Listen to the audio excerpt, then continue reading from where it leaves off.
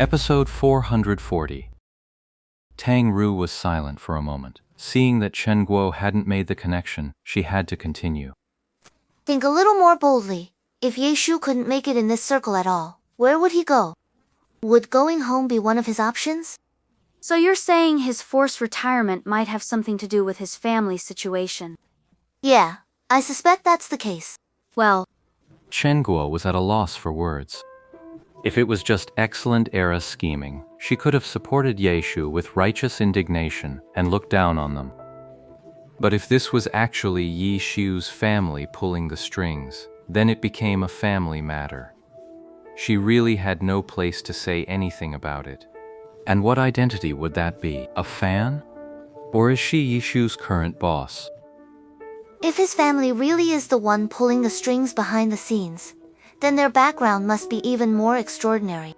Perhaps we can find a clue to his family background from the address on his documents. Or perhaps his family background. Qingguo was left speechless by this. She finally said, I just realized, when it comes to gossip, you're way more talented than I am. Shen Guo and Tang Rou stayed up late into the night, whispering and gossiping away. But that was as far as Tang Ru's deductions could go. Her understanding of the glory scene was, after all, still quite naive. Even after she started playing, her focus remained squarely on improving her own skills.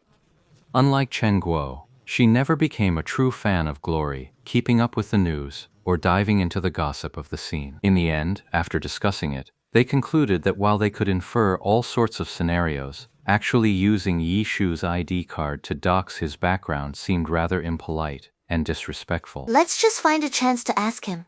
If he doesn't want to talk about it, then we'll drop it. Tang Ru said as much. Chen Guo's gossip-loving spirit was burning fiercely, but she was always a person who knew her limits. What I really want to know now is, what exactly are his plans for the future? Is he just going to tough it out through this one-year retirement period and then make a comeback with his unspecialized character, Lord Grimm? With his skills, he won't have any trouble finding a team. But which team is he planning to join? Excellent era's out of the question, right? We'll find a chance to ask about all that later. The two girls chatted idly for a while before finally drifting off to sleep, one after the other. The next morning, sunlight streamed into the room. The two of them woke up at roughly the same time, exchanged good mornings, and simply went together to wash up and get ready. After that, they exchanged a glance, then tiptoed over to the door of the opposite room. After hearing Ye Shu reveal some things last night, and then analyzing a great deal more, the two of them finally understood that Ye Shu actually had many tangled worries of his own. They couldn't help but start treating him with extra caution, as if afraid of shattering his fragile heart. The two of them pressed their heads, one above the other, against the door to listen. A moment later, a housekeeping attendant emerged from the neighboring room, pushing a cart and eyeing the two young women with suspicion. Tang Ru saw it and Kinkley cleared her throat, shooting a meaningful glance. Shen Guo quickly straightened up, shot a look back at the server, and then said with a perfectly straight face, Oh, our room doesn't need cleaning. Right away, ladies. The waiter acknowledged them and pushed the cart past, unable to stop looking at Tang Ru and Chen Guo. They were far too embarrassed to keep up such a sneaky act. Besides, they needed to explain their earlier behavior, so they simply knocked on Ye Shu's door.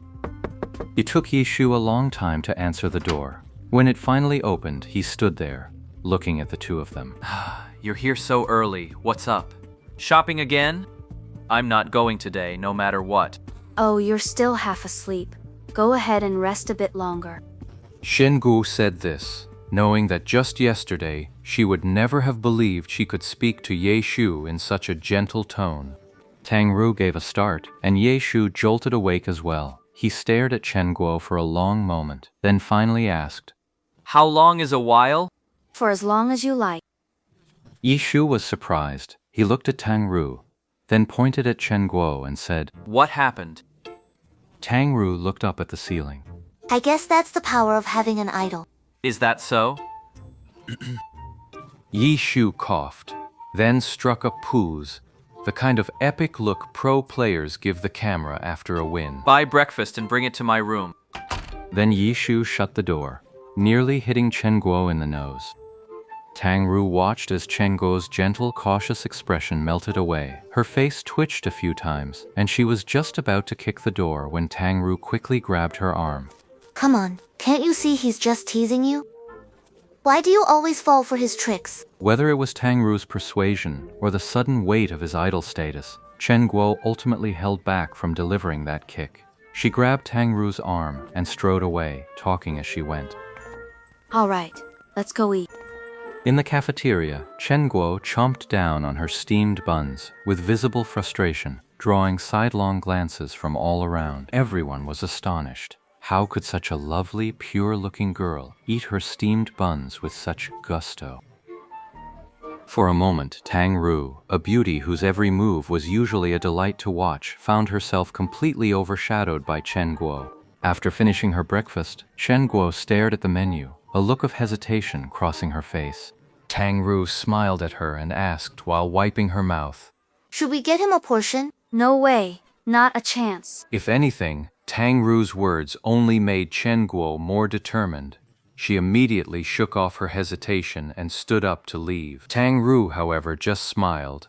Using the moment she lagged behind Chen Guo, she asked a server for a breakfast tray and had it sent to Ye Shu's room. In the reflection of the glass display case, Chen Guo saw everything. Shen Guo saw everything. Back in her room, Shen Guo continued to take her frustration out on the TV, treating it like she was bullying Baozi. She channeled her high APM state into a furious assault on the remote, stabbing the button to change channels in a wild frenzy. Tang Ru didn't say anything to her. She booted up her computer, logged into the game, and was surprised to find Lord Grimm was online. He sent a message to Lord Grimm. Why aren't you asleep? Got woken up. Not sleepy anymore. Ye Shu replied. I'll bring breakfast to your room in a bit. Ah, thanks. They'd only exchanged a few lines when Chen Guo, noticing Tang Ru had started playing Glory, drifted over. She saw their conversation and snapped. Wasn't he supposed to be exhausted? With that, Shen Guo burst out the door and rushed over to knock on the opposite one.